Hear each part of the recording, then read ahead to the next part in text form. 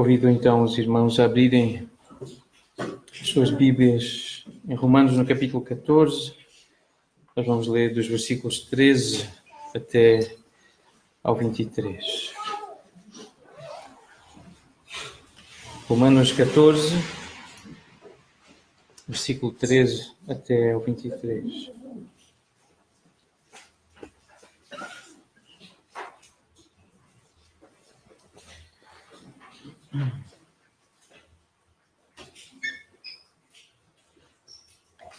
Não nos julguemos mais uns aos outros. Pelo contrário, tomai o propósito de não pôr de tropeço ou escândalo ao vosso irmão. Eu sei, estou persuadido no Senhor Jesus, de que nenhuma coisa é de si mesma impura, salvo para aquele que assim a considera. Para esse é impura. Se por causa de comida o teu irmão se entristece, já não andas segundo o amor fraternal. Por causa da tua comida, não faças perecer aquele a favor de quem Cristo morreu. Não seja, pois, vituperado o vosso bem, porque o reino de Deus não é comida nem bebida, mas justiça e paz e alegria no Espírito Santo. Aquele que deste modo serve a Cristo é agradável a Deus e aprovado pelos homens. Assim, pois, seguimos as coisas da paz e também as da edificação de uns para com os outros. Não destruas a obra de Deus por causa da comida.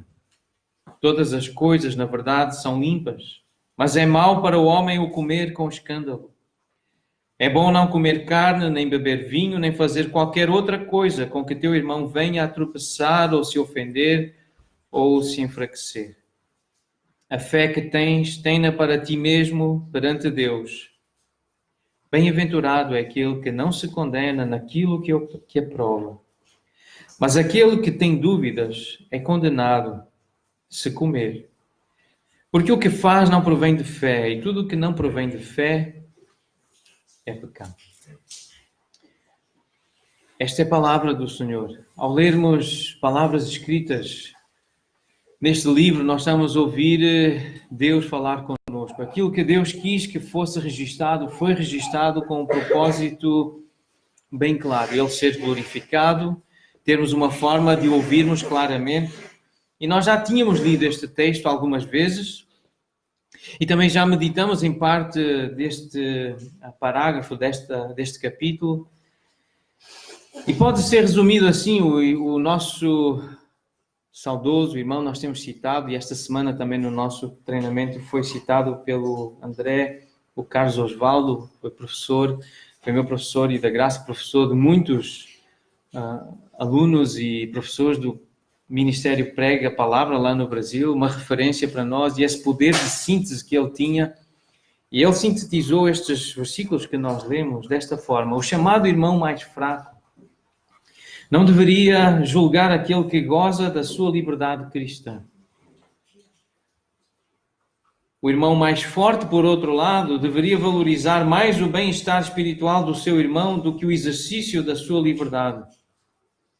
Pois o estar no reino não é determinado nem pelo desfrutar da liberdade, nem pela abstinência. Não desfrutar da liberdade de comer e beber. Uma convicção pessoal firme, falando dos últimos versículos deste capítulo, uma convicção pessoal firme e a honestidade diante de Deus em fé, por outro lado, são mandamentos universais. Então todos nós devemos ter esta convicção pessoal firme. Nós já vamos olhar com mais atenção para estes últimos versículos, mas ao ler a Bíblia, ao tirar apontamentos, ao meditarmos durante a semana naquilo que lemos, ao lermos de novo o Novo Testamento e lermos a Bíblia e termos um plano anual da leitura da Bíblia que nos força a ler, ou que nos ajuda, nos ensina a ler a Bíblia, uma porção da Bíblia a cada dia, essas boas práticas e essa boa disciplina, permite-nos ter convicções pessoais firmes, porque são convicções baseadas naquilo que Deus revelou acerca da sua vontade. Fazendo uma revisão daquilo que nós vimos e olhando de novo ao versículo 13, só lembrar aquilo que nós já vimos acerca desta porção das Escrituras. Considerando a palavra julgar e esta ideia de julgamento, nós vimos que há palavras, mesmo na língua portuguesa, que têm duplo sentido, e é o caso da língua grega também. A mesma palavra tem mais do que um sentido, e o verbo julgar também tem sentidos diferentes. E um dos sentidos é esse de decretar, de emitir um julgamento sobre o procedimento, as obras de alguém. A ideia de presidir, de estar acima, a ideia de ser um governador, mas principalmente essa ideia de condenar. Esse é um dos sentidos da palavra. O outro sentido é o sentido de discernir, de separar, selecionar, de ter uma opinião. É a ideia de considerar. É a mesma palavra, mas já com um outro sentido. É o sentido de pensar, refletir, discernir, para ter uma opinião sobre o que é certo e o que é errado. Então, o verbo julgar é usado assim também no Novo Testamento. Por isso, às vezes aparece a ideia, não julgueis, mas também diz, deveis julgar uns aos outros. Não há um sábio entre vós que possa julgar a causa dos irmãos. Então, é nesse sentido que aparece a palavra julgar. E já tínhamos estudado isto quando olhamos para Romanos 2, quando começamos a exposição do capítulo 2 de Romanos, quando nós lemos assim: és indesculpável ao homem quando julgas quem quer que sejas, porque no que julgas ao outro, a ti mesmo te condenas, pois praticas as próprias coisas que condenas. E ao refletir sobre esta ideia do julgamento, lembrar que somente as coisas que são verdadeiras sobre nós é que são conhecidas por Deus. Deus nunca se engana. Deus, quando nos julga, quando Ele discerne e quando Ele nos aprova ou condena, é baseado apenas na verdade, porque a Deus nós nunca podemos enganar. As pessoas que nos rodeiam não conhecem todas as coisas. Os irmãos ainda não estão a ver.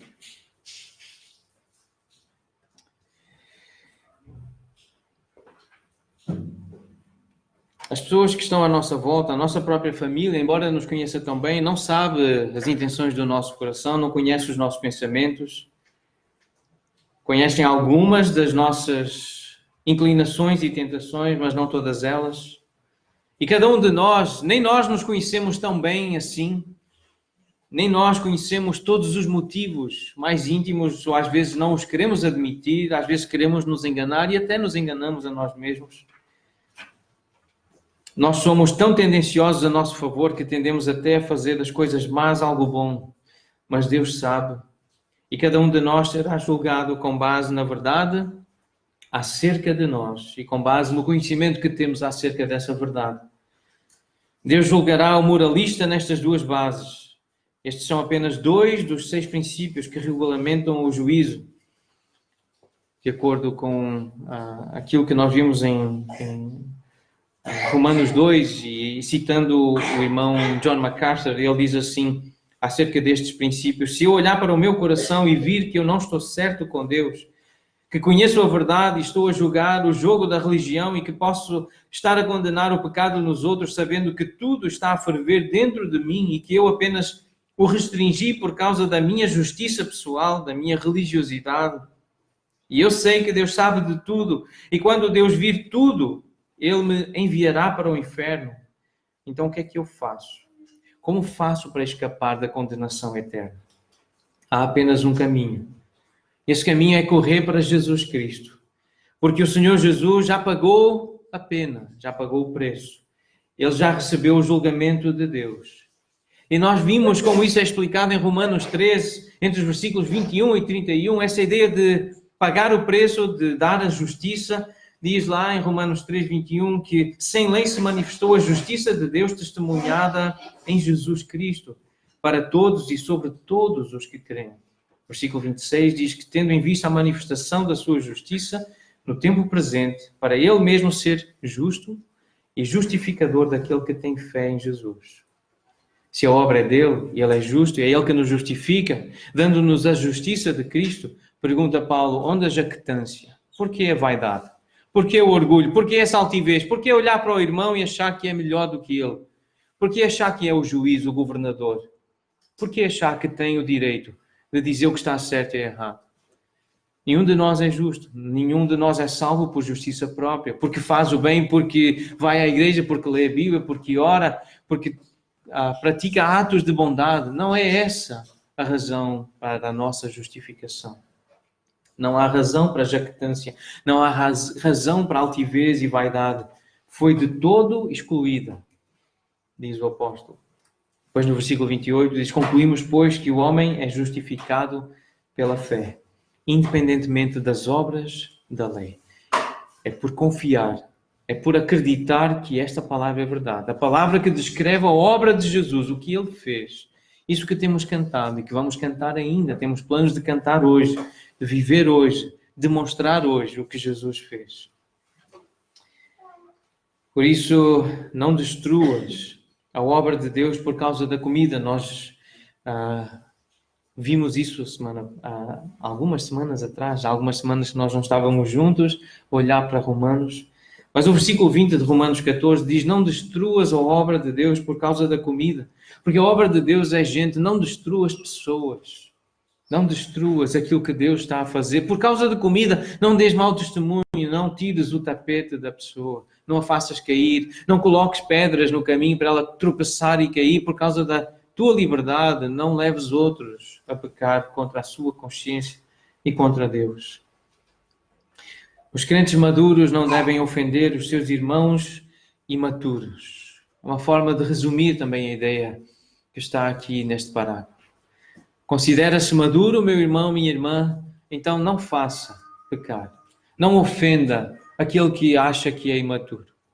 Sacrifique-se, pague o preço. Essa é a mensagem deste capítulo. Seja sensível com o seu irmão, que ainda não tem a mesma capacidade de entender o Evangelho, ainda não tem o mesmo discernimento. Sacrifique a sua liberdade pessoal a favor daquele que ainda não amadureceu. Por isso o versículo 21 diz: é bom não comer carne, nem beber vinho, nem fazer qualquer outra coisa com que teu irmão venha a tropeçar, ou se ofender, ou se enfraquecer. E lembro que na altura nós dissemos que a comida, tal como todas as outras coisas boas que Deus criou, tem um grande potencial. Tanto a comida como todas as outras coisas. Essas coisas têm um grande potencial, mas falando aqui especificamente de comida, a comida tem um grande potencial de se tornar um ídolo no nosso coração. E o que é essa ideia de ídolo? É nós amarmos tanto determinado alimento ou bebida que aquilo torna-se a fonte do nosso prazer, a nossa alegria. Nós ficamos alegres porque antecipamos comer determinada comida. Nós ficamos alegres porque comemos aquela comida, bebemos aquela bebida. Aquela é a nossa fonte de prazer, é aquilo que nos estimula, é aquilo que nos impulsiona, é aquilo que nos alegra. E quando aquilo nos é tirado ou vedado, ficamos irritados, impacientes, mal-humorados. Essa é uma demonstração de que existe idolatria no nosso coração. E eu creio que essa é uma das razões pelas quais o nosso Senhor espera que jejuemos. Em Mateus 6,16, lemos assim, registra as palavras de Jesus: quando jejuardes. Isto implica a ideia de que os discípulos de Jesus deverão jejuar, porque ele está a orientar acerca da prática do jejum. Então, quando jejuardes, e em Mateus 9,15, nós lemos que o Senhor Jesus, quando questionado acerca do jejum, mais uma vez, por que é que os teus discípulos não jejuam e os dos judeus, dos fariseus jejuam, os de João? E ele diz: dias virão em que aos meus discípulos lhes será tirado o noivo e nesses dias hão de jejuar. Então, no próximo domingo, irmãos, eu tenho planos, se nós chegarmos todos até lá, e eu também, de ensinar sobre o jejum e de praticarmos juntos o jejum. Isto não é novidade, os irmãos sabem que já estávamos a falar sobre isto há algumas semanas, mas nós precisamos orientar, precisamos estar juntos, explicando o que é o jejum, expondo os textos, fazendo uma exposição bíblica acerca do que é o jejum e praticarmos juntos o jejum. Obviamente, todos aqueles que quiserem e que puderem, há questões médicas aqui envolvidas e durante a semana nós vamos conversar. Quarta-feira, se Deus permitir, nós conversaremos sobre isso. Nos nossos encontros falaremos sobre isso. Mas o Senhor espera que jejuemos. E nós precisamos aprender a lidar com a comida. Eu preciso, a minha família precisa. Eu conheço irmãos aqui que precisam de ajuda a lidar com a comida. Por isso, o versículo 21 diz: é bom não comer carne, nem beber vinho, nem fazer qualquer outra coisa com que teu irmão venha a tropeçar, ou se ofender, ou se enfraquecer. Porque a comida tem sido motivo de enfraquecimento, motivo de escândalo, motivo de tropeço, motivo de pecado, de tristeza, para muitos de nós aqui. São coisas boas, mas precisamos aprender a lidar com essas coisas boas. Por isso, uma das aplicações que fizemos quando falamos sobre este assunto foi determinar não usar alimentos ou bebidas que seduzam o irmão ao pecado. Isto é fazer tropeçar, isto é escandalizar, é seduzir, é convidar o irmão para participar como eu participo, com a liberdade que eu tenho de comer carne sacrificada aos ídolos, que não é um problema nos nossos dias. Mas poderá ser como eu usei o exemplo da Coca-Cola, mas como eu bebo Coca-Cola, ou como eu bebo vinho, que outros bebam Coca-Cola e que outros bebam vinho, só que há pessoas que têm diabetes e a Coca-Cola vai destruir a saúde.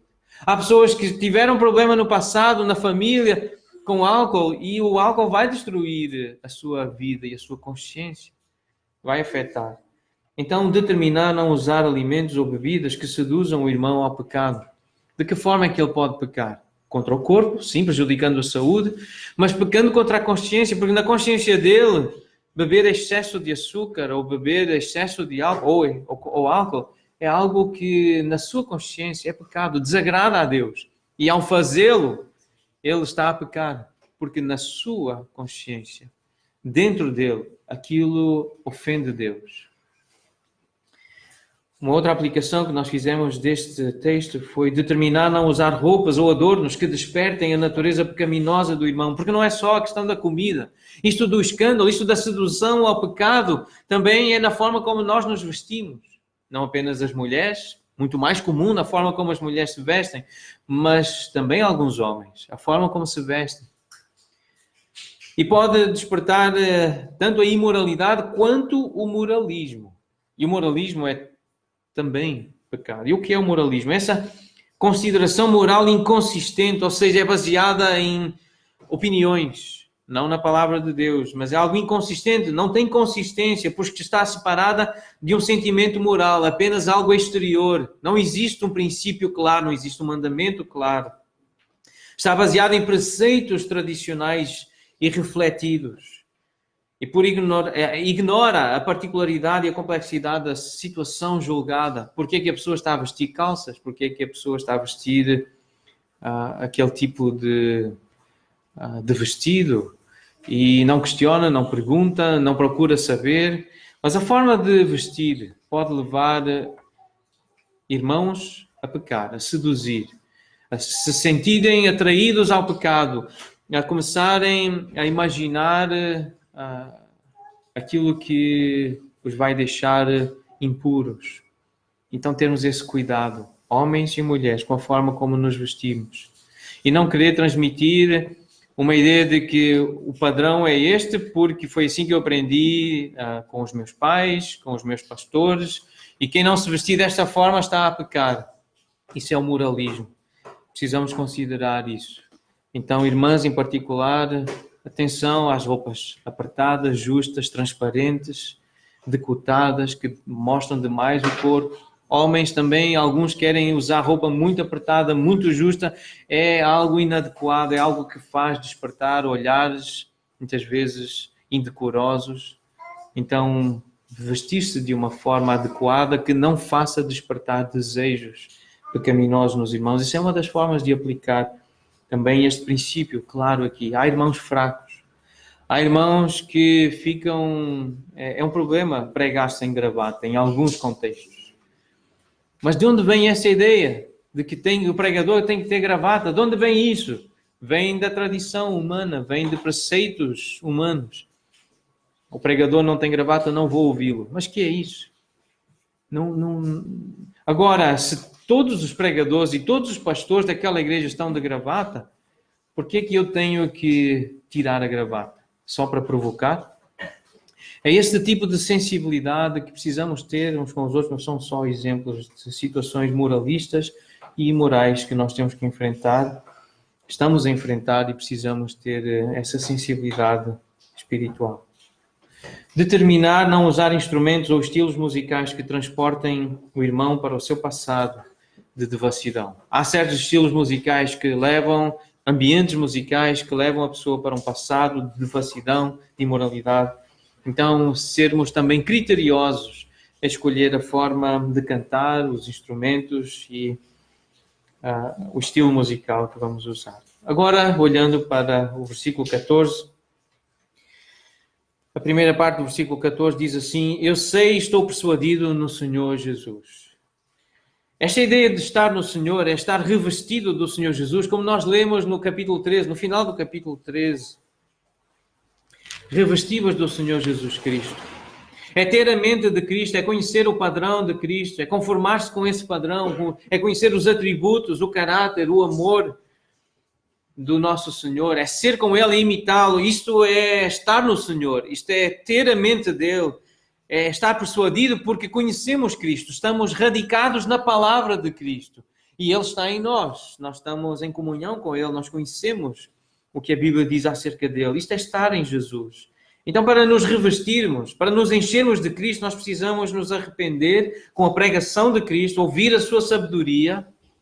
Temos que nos expor ao ensino, nós temos que ouvir a Bíblia, nós temos que ler livros que explicam o ensino de Jesus, nós temos que cantar hinos recheados de Bíblia, de ensino, de sabedoria de Jesus. Precisamos nos encher com a sua palavra e precisamos nos render ao seu Espírito. Não é a minha vontade, mas a tua vontade. Não me apetecia estar aqui hoje, mas o teu Espírito inclina-me para estar aqui hoje.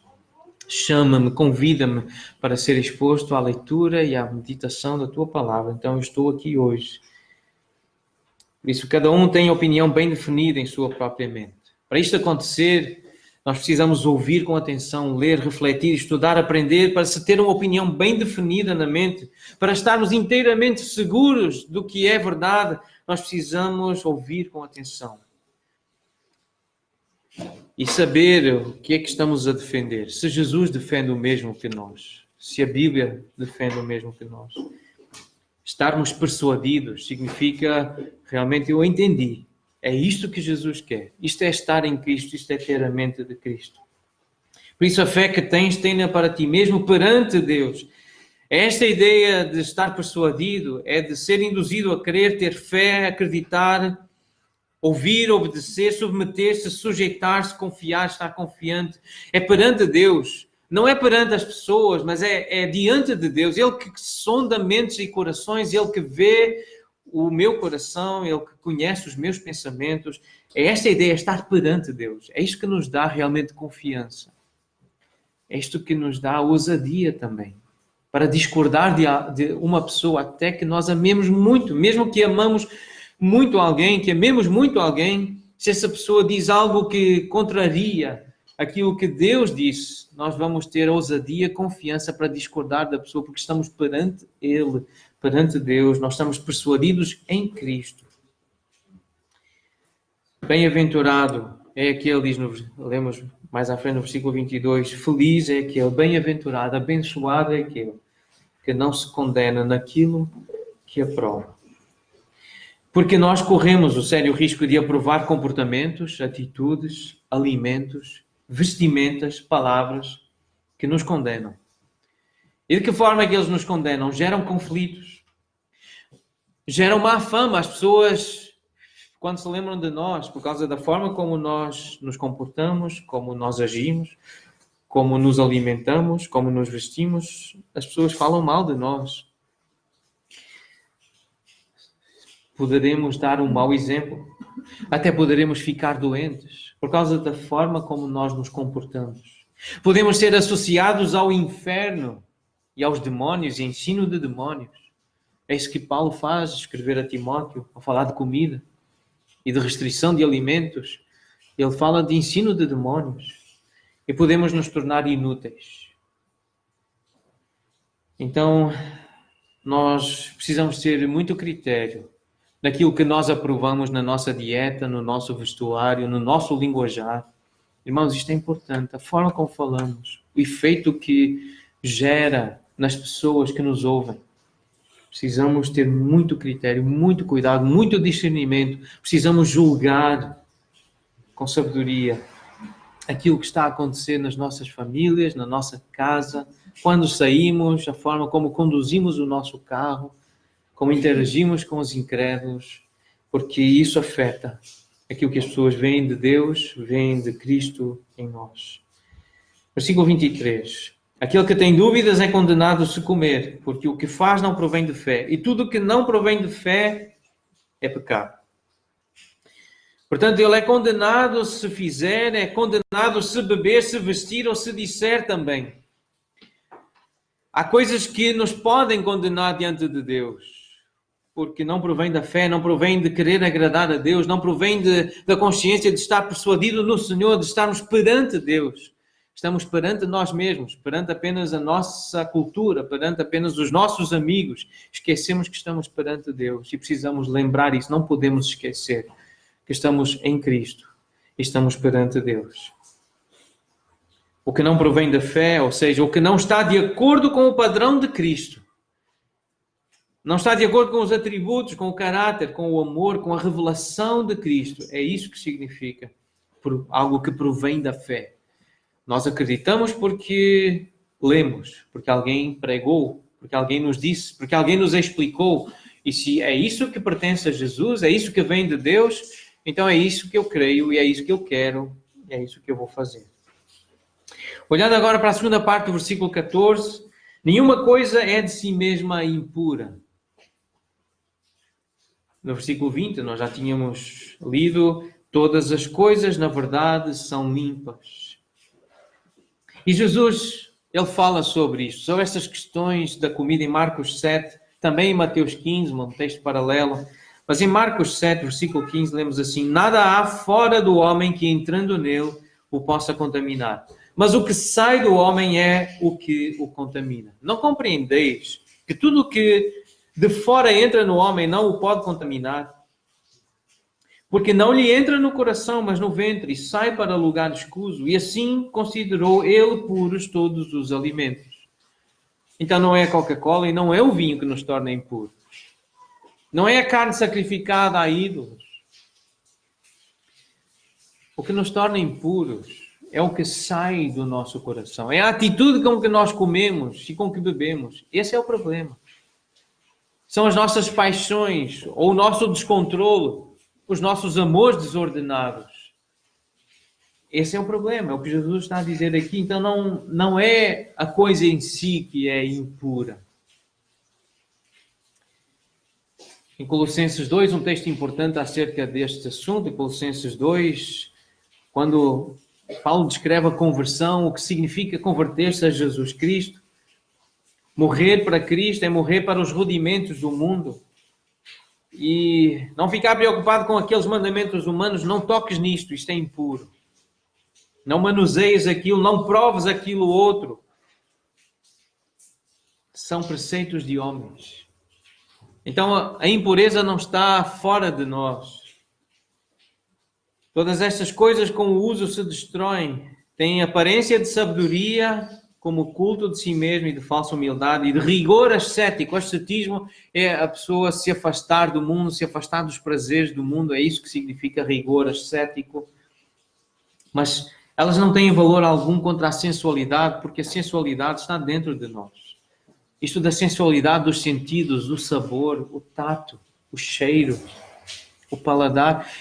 É isto que é a sensualidade, é o que nós sentimos, são as nossas sensações e nós vamos atrás de sensações. É com isso que temos que ter cuidado.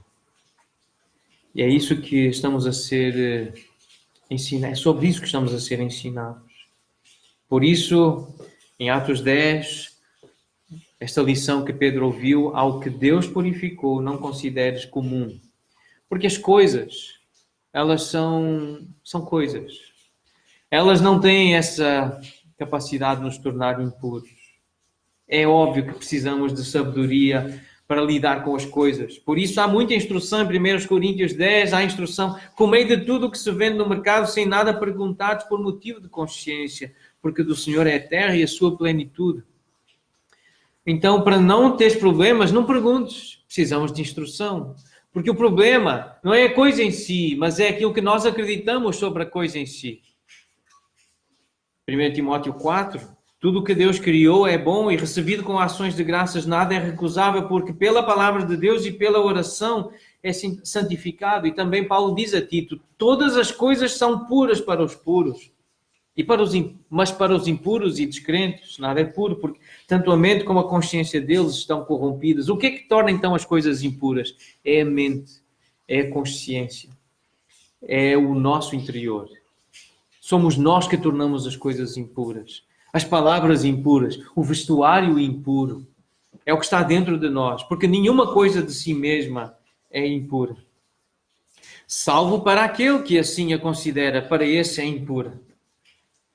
Por quê? Porque nem todos têm o conhecimento. Um texto paralelo a este é 1 Coríntios 8, que já estudamos, já lemos, em que Paulo diz, nem todos têm este conhecimento, este entendimento. Alguns com o efeito da familiaridade com o ídolo, até agora.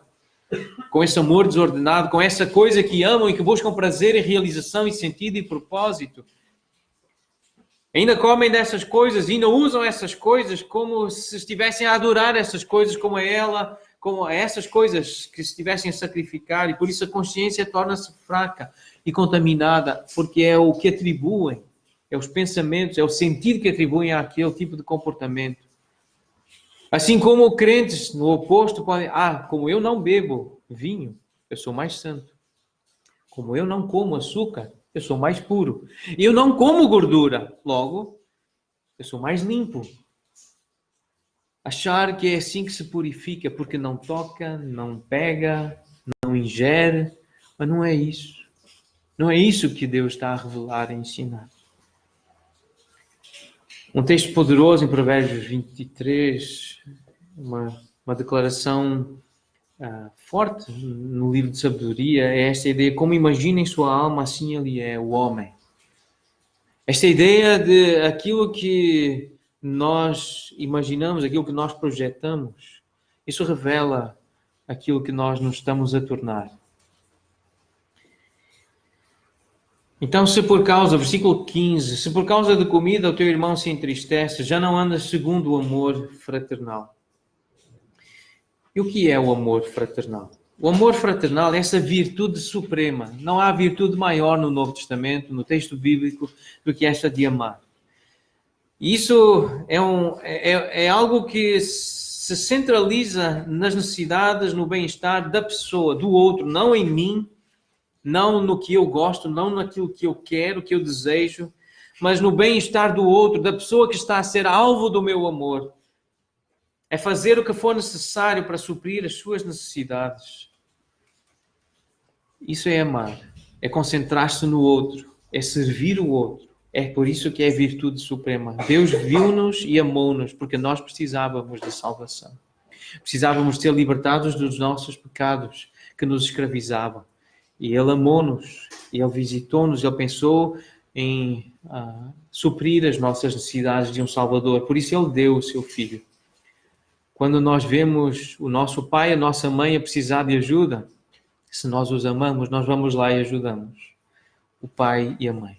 Se vemos o nosso irmão a precisar de ajuda, com uma disciplina na escola, nós vamos lá e ajudamos. Isso é amar. Se vemos um irmão na igreja a precisar da nossa ajuda, de um transporte, de uma palavra de encorajamento, nós vamos lá e servimos. E dizemos, isso é uma expressão de amor. Essa é a virtude suprema do Novo Testamento, da nova aliança que nós vivemos no sangue do nosso Senhor. Essa é a expressão da salvação. Amar fraternalmente é não procurar os próprios interesses, é estar disposto a sacrificar a própria agenda a favor da pessoa amada. É priorizar os desejos do outro. O que é que a minha esposa deseja? O que é que ela quer? O que é que o meu marido deseja? O que é que ele quer? Isso vem em primeiro lugar. É não se considerar superior. É ter uma atitude de gratidão pelo que recebeu, pelo que aprendeu, e então dar e ensinar graciosamente, gratuitamente.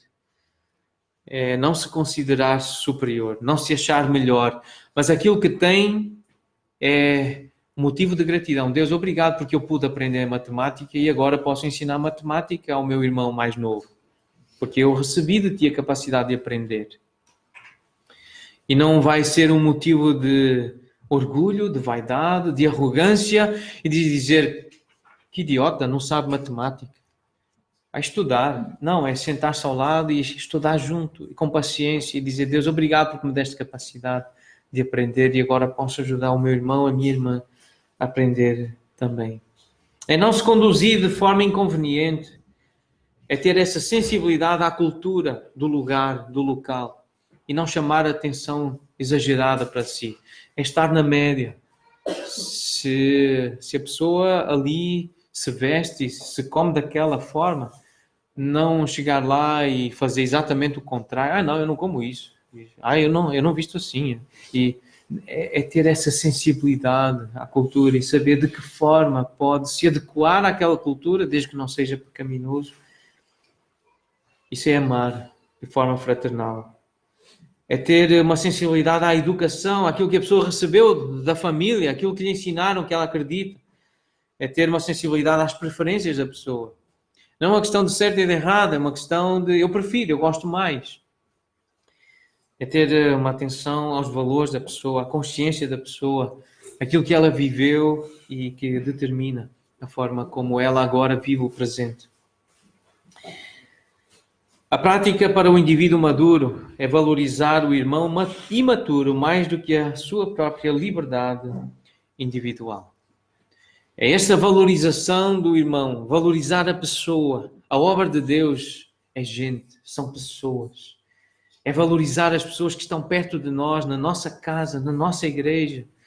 São pessoas, é valorizar essas pessoas. Mais do que nós valorizamos a nossa liberdade individual de não fazer ou de fazer determinadas coisas. Então eu foco no outro. É isso que este texto nos está a ensinar. É valorizar o irmão imaturo mais do que a nossa própria liberdade individual. Olhando para 1 Coríntios 8, diz: vede, irmãos, que a vossa liberdade não venha de algum modo a ser tropeço para os fracos, porque a nossa liberdade pode levar os irmãos a tropeçar. Uma exortação em Gálatas 5, relacionada com este tema, é: irmãos, lembrem-se que fostes chamados à liberdade, porém não useis da liberdade para dar ocasião à carne. O que é isto, dar ocasião à carne? É aquilo que vos dá prazer, é aquilo que vos satisfaz os sentidos. Sede antes servos uns dos outros. Isto é ser amoroso, é tratar como irmão. Versículo 8 de Romanos 8 diz: os que estão na carne não podem agradar a Deus. Se não andas segundo o amor fraternal, andas na carne. Andar de acordo com o Espírito é andar no fruto do Espírito. E o fruto do Espírito começa por ser descrito com esta expressão, amor.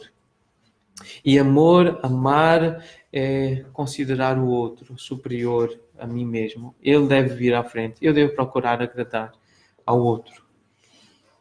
Mais uma advertência em 1 Pedro 2, irmãos, como livres que sois, todavia não useis, não usando a liberdade por pretexto de malícia, mas vivendo como servos de Deus.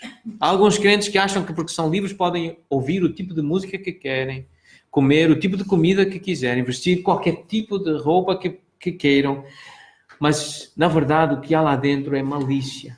A palavra é maldade, iniquidade, é depravação. É não ter vergonha de praticar o mal, de quebrar a lei. É o que está dentro de nós. São as obras da carne. E há pessoas que usam a fé cristã e a liberdade cristã simplesmente para externar toda a sua maldade, todo o seu egoísmo. Então estamos aqui a ser exortados por este texto, mas também ao ler Pedro. Irmãos, não useis a liberdade para dar espaço para a maldade que há no vosso coração. Convençamos-nos, a maldade está dentro de nós. A impureza está dentro de nós. Faz parte da velha natureza. Nós somos maus. Nós somos pecadores. É isso que a Bíblia está a confrontar-nos, é dizer, nós precisamos reconhecer isso e é por isso que precisamos de um Salvador. É por isso que precisamos ser cheios do Espírito. E ser cheio do Espírito é nos enchermos da palavra, que nos ensina de que nós não devemos fazer perecer aquele a favor de quem Cristo morreu. A Bíblia aponta para Cristo e para a morte de Cristo.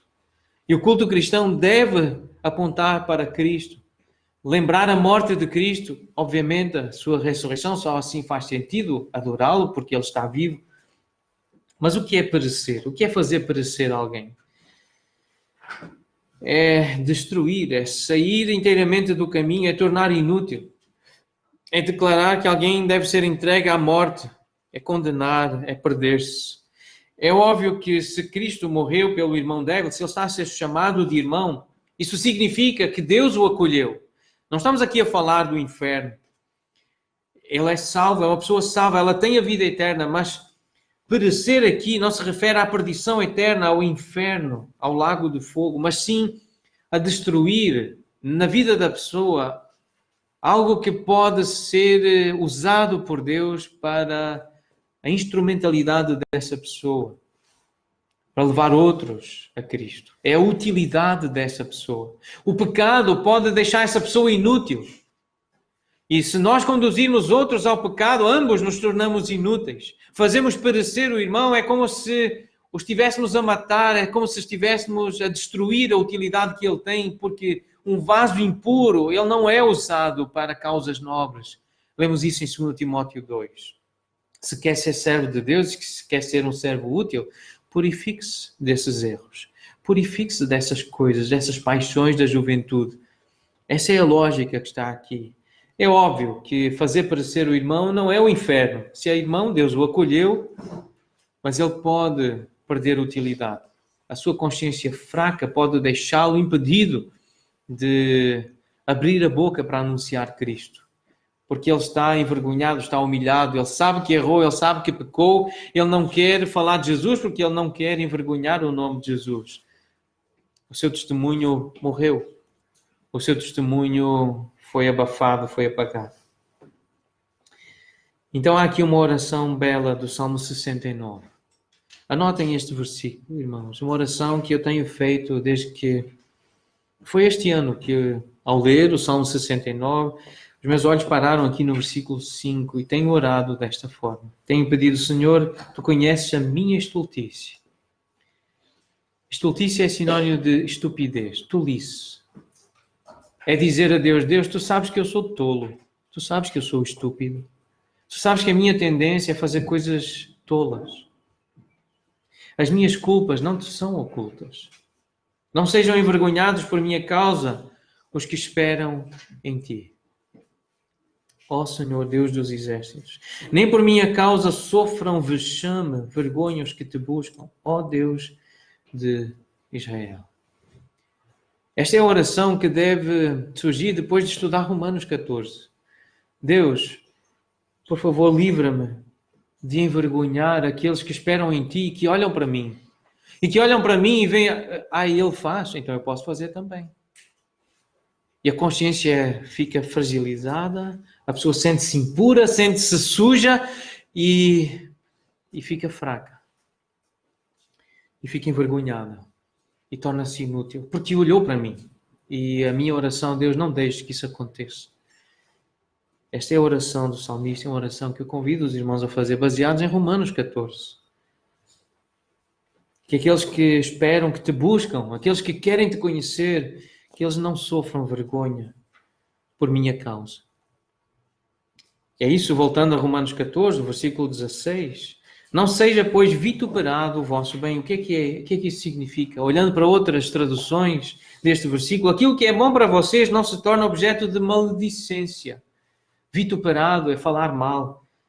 Uma outra tradução mais livre diz, não ousem fazer que a comida abençoada por Deus se torne um meio de envenenar a alma, a vossa e a do outro. A forma como se aproximam das coisas, da comida, isso pode envenenar a alma. Traduzindo em inglês, não permitam que aquilo que vocês consideram bom, ou seja, que é comer de tudo, sem restrições, seja tratado como algo mau. vergonhoso. Esta é a ideia de vituperado. É falar de modo repreensível, é repreender, é condenar, blasfemar, ser mal falado, injuriado, insultado. Então, voltando a Gálatas 5, irmãos, não useis da liberdade para dar ocasião à carne. Não usando a liberdade por pretexto da malícia, disse Pedro. E olhando para os versículos 17 e 18, o reino de Deus não é comida nem bebida. Ser um súdito do reino de Deus é sinônimo de servir a Cristo. Uma vez que Cristo é o rei ungido de Deus, e o que importa debaixo do governo do rei divino é a justiça. Ele não está preocupado com comida, com bebida, mas sim com justiça. E justiça é esse relacionamento correto com Deus e com os outros, baseado nos méritos e na obra de Cristo, não em nós. É paz com Deus e a consequente harmonia na comunhão da igreja. Se estamos bem com Deus, se temos paz com Deus, isso vai se refletir na forma como nós somos pacificadores aqui no nosso meio, na forma como nós nos relacionamos. É a alegria do Espírito Santo. O que importa debaixo do governo do Rei Divino é a alegria, a verdadeira alegria que é fruto do Espírito, essa alegria no Espírito Santo, resultante da conjunta reconciliação com Deus. Quando nós estamos juntos, reconciliados com Deus, isso dá alegria, nós sentimos prazer uns nos outros. Por isso, no capítulo 15 de Romanos, versículo 13, diz esta oração: que o Deus da esperança vos encha de todo gozo, alegria e paz no vosso crer, na vossa expressão de fé, para que sejais ricos de esperança no poder do Espírito Santo. Portanto, amar uns aos outros é algo agradável a Deus. É esse sacrifício agradável a Deus que é o nosso culto racional. É ser aprovado também pelos homens, ou seja, haver edificação, é a pessoa aprovar e dizer: eu senti-me abençoado pelo que tu disseste, pelo que fizeste, pela forma como demonstraste. Isso é dar crescimento da igreja. É assim que nós crescemos uns ao lado dos outros. É baseado no amor. E assim, aquilo que para nós é bem não será vituperado, não será tratado como pecado ou como mal. Estamos a fazer porque queremos o bem do outro, queremos edificar o outro. Segundo aos Coríntios 8, 21, lemos assim: o que nos preocupa é procedermos honestamente, não só perante o Senhor, é óbvio, principalmente perante o Senhor, mas também diante dos homens. É ter esta consciência, proceder bem, sermos honestos, sermos íntegros diante do Senhor e diante dos homens. E para terminar, então, olhando para o versículo 19, seguimos as coisas da paz e também as da edificação. Esta ideia de seguir é a ideia de correr com prontidão, é de correr atrás, correr com determinação. É alguém que está numa corrida e que dispara em direção ao ponto da chegada à meta. É procurar ansiosamente. Nós seguimos as coisas da paz. Eu esforço-me com todo o empenho para ter paz com os irmãos, para estar bem com os irmãos. É assim que vamos ter verdadeira paz, harmonia na igreja. É quando nós decidimos seguir. Nós corremos com perseverança, nós propomos-nos a andar de uma forma íntegra diante do Senhor e diante dos irmãos, para edificar uns aos outros. Toda a igreja a ser desenvolvida, a crescer junto em amor, em vez de nos focarmos na nossa liberdade espiritual e individual, nos nossos desejos, nos nossos gostos, nas nossas preferências, nós focamos-nos na edificação do irmão. E daquela vez nós lembramos, quando olhamos para Romanos 14, lembramos de um hino, de um cântico, e cantamos naquele domingo. Em cada dia, Senhor, te buscar, depois dizia assim: cada palavra que eu venha a dizer, todas as coisas que eu possa fazer, sejam repletas de glória ao teu ser, tudo ao Cristo para ti. E se nós tivermos, então, este foco em Cristo, em exaltar Cristo, isto que nós vimos, que é o final do capítulo 13, é revestidos do Senhor Jesus, em comunhão com o Senhor Jesus. É mais de Cristo em nós. É assim que nós vamos edificar verdadeiramente uns aos outros. É assim que vamos ter harmonia, vamos ter paz aqui. E os outros vão ver, os nossos vizinhos vão ver. Este é um povo harmonioso. Este é um povo verdadeiramente cristão. Esta é uma família cristã. Então a nossa oração é mais de Cristo. Mais de Cristo. E é isso que nós vamos cantar depois de orar. Vamos orar então. Senhor, obrigado pela tua palavra viva, obrigado pela tua palavra santa, eficaz.